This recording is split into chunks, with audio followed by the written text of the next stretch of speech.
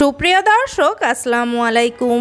আজ শেয়ার করছি নর্মাল পাতিলে ফুলকো নরম তুলতুলে নান রেসিপি।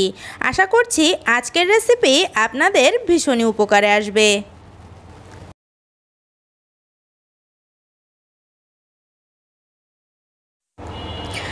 নান তৈরির জন্য প্রথমেই এখানে নিয়ে নিচ্ছি 2 কাপ পরিমাণে ময়দা। আপনারা চাইলে কিন্তু নানটা আটা দিয়েও তৈরি করতে পারেন। এরপরে এখানে নিয়ে নিচ্ছি 1.5 টেবিল চামচ পরিমাণে চিনি। চিনিটা অবশ্যই দিবেন, এতে করে নানটা খেতে হালকা মিষ্টি লাগে, খুবই ভালো লাগে। স্বাদ মতো কিছুটা দিয়ে দিচ্ছি লবণ। লবণটা আপনারা যে যার স্বাদ অনুযায়ী দিয়ে দিবেন।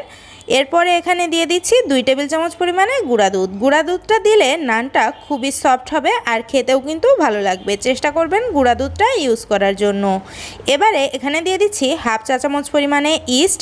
ইস্টের পরিমাপটা কিন্তু খুবই গুরুত্বপূর্ণ। আপনাদের অনেকেরই অভিযোগ থাকে যে নান থেকে ইস্টের গন্ধ বের হয়।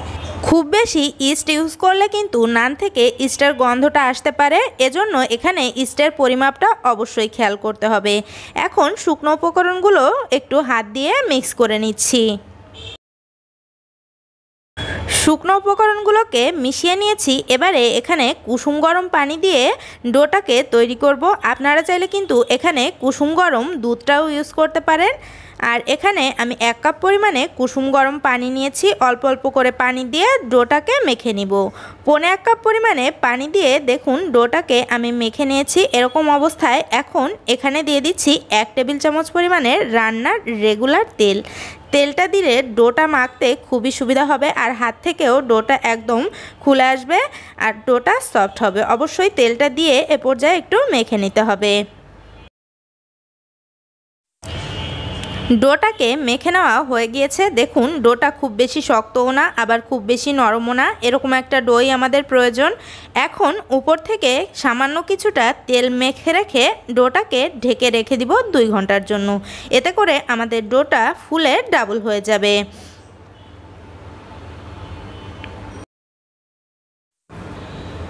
ফিরে আসলাম 2 ঘন্টা পরে। দেখুন ডোটা ফুলে একদম ডাবল হয়ে গিয়েছে। এবারে হাতে কিছুটা ময়দা মেখে নিয়ে ডোটাকে একটু মেখে নিব, যাতে করে ডোয়ের ভিতরের বাতাসটা বেরিয়ে যায়। আর ডোটাকে ছোট ছোট করে লেচি কেটে নিব। ডোটাকে মেখে নিয়ে ছোট করে লেচি কেটে নিয়েছি। দেখুন আমি যে সাইজের নান তৈরি করব সেরকম করে লেচিগুলো কেটে নিয়েছি। এখন এখান থেকে একটা ডো নিয়ে নান বেলে নিব আর সবগুলো ডো ঢাকনা দিয়ে ঢেকে রেখে দিব, যাতে করে ড্রাই আউট না হয়। কিছুটা ময়দা ছড়িয়ে দিলাম পিঁড়ির উপরে আর এখন আমি নানটাকে বেলে নিচ্ছি।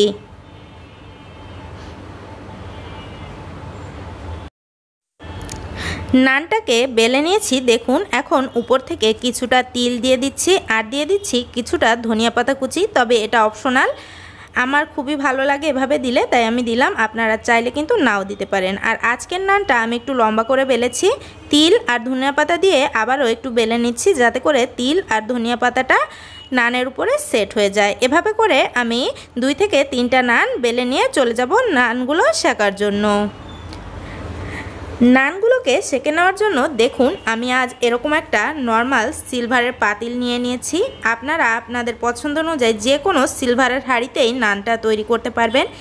এবারে হাঁড়ির ওপর দিকটাতে একটুখানি তেল একটা টিস্যুতে নিয়ে মুছে নিচ্ছি, যাতে করে নানগুলো খুবই দ্রুত খুলে আসে। এবারে নানগুলো সেকে নেওয়ার পালা। একটা একটা করে নান হাতের উপরে নিয়ে নিচ্ছি। আর দেখুন নানটাকে আমি যে পাশে তিল আর ধনিয়া পাতা দিয়েছিলাম সেই পাশটা হাতের সাথে রেখে অপর পাশটাতে কিছুটা লবণ আর পানি গুলে রেখেছিলাম, সেই লবণ পানিটা ব্রাশ করে নিচ্ছি আর হাঁড়িতে বসিয়ে দিব। অবশ্যই লবণ পানিটা কিন্তু ব্রাশ করে নিতে হবে, এতে করে নানগুলো আর হাঁড়ি থেকে খুলে আসবে না। দেখুন আমি এভাবে করে যে কয়টা নান হাঁড়িতে দেওয়া যায় সেই কয়টা নান এখানে দিয়ে দিচ্ছি। আর চুলার আঁচটা কিন্তু এ পর্যায়ে মিডিয়াম টু লোয়ের মাঝামাঝি আছে, যেহেতু নানগুলো খুব বেশি মোটা না, তাই চুলার আঁচটা এভাবে রেখে নানগুলোকে সেঁকে নিতে হবে। এখন আমি কিছুটা সময় অপেক্ষা করছি। দেখুন কিছুটা সময় পরে নানগুলো কতটা সুন্দর ফুলে উঠেছে, আপনারা আশা করছি দেখেই বুঝতে পারছেন।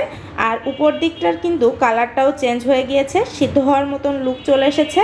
এখন হাঁড়িটাকে আমি উল্টো করে ধরে অপর পাশটাও একটু ছেঁকে নিব।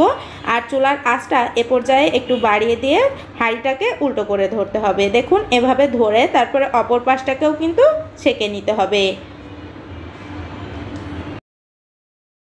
দেখুন আমার নানগুলো ছেঁকে নেওয়া হয়ে গিয়েছে আর কতটা সুন্দর কালার এসেছে, একদম পারফেক্ট নানের কালারটা চলে এসেছে।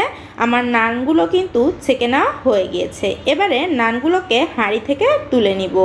এই নানগুলো কিন্তু খুবই সহজে হাঁড়ি থেকে তুলে নেওয়া যাবে। দেখুন একটু টান দিলেই কিন্তু উঠে আসবে, যেহেতু আমরা আগেই তেলটা মুছে নিয়েছিলাম হাঁড়িতে, তাই এই নানটা খুলতে কোনোই সমস্যা হবে না।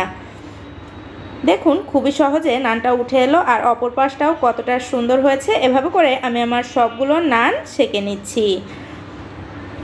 তৈরি হয়ে গেল পারফেক্ট ফুলকো নরম তুলতুলে নান। দেখুন নানটা কতটা সফট হয়েছে। রেসিপি ফলো করে বাসায় ট্রাই করে দেখবেন। আর কেমন হলো আমার আজকের রেসিপি সেটা কিন্তু কমেন্টে জানাতে ভুলবেন না। রেসিপি ভালো লাগলে প্লিজ লাইক দিয়ে আমার চ্যানেলটিকে সাবস্ক্রাইব করে আমার সাথেই থাকার অনুরোধ রইল। সবাই অনেক ভালো থাকবেন। আল্লাহ হাফেজ।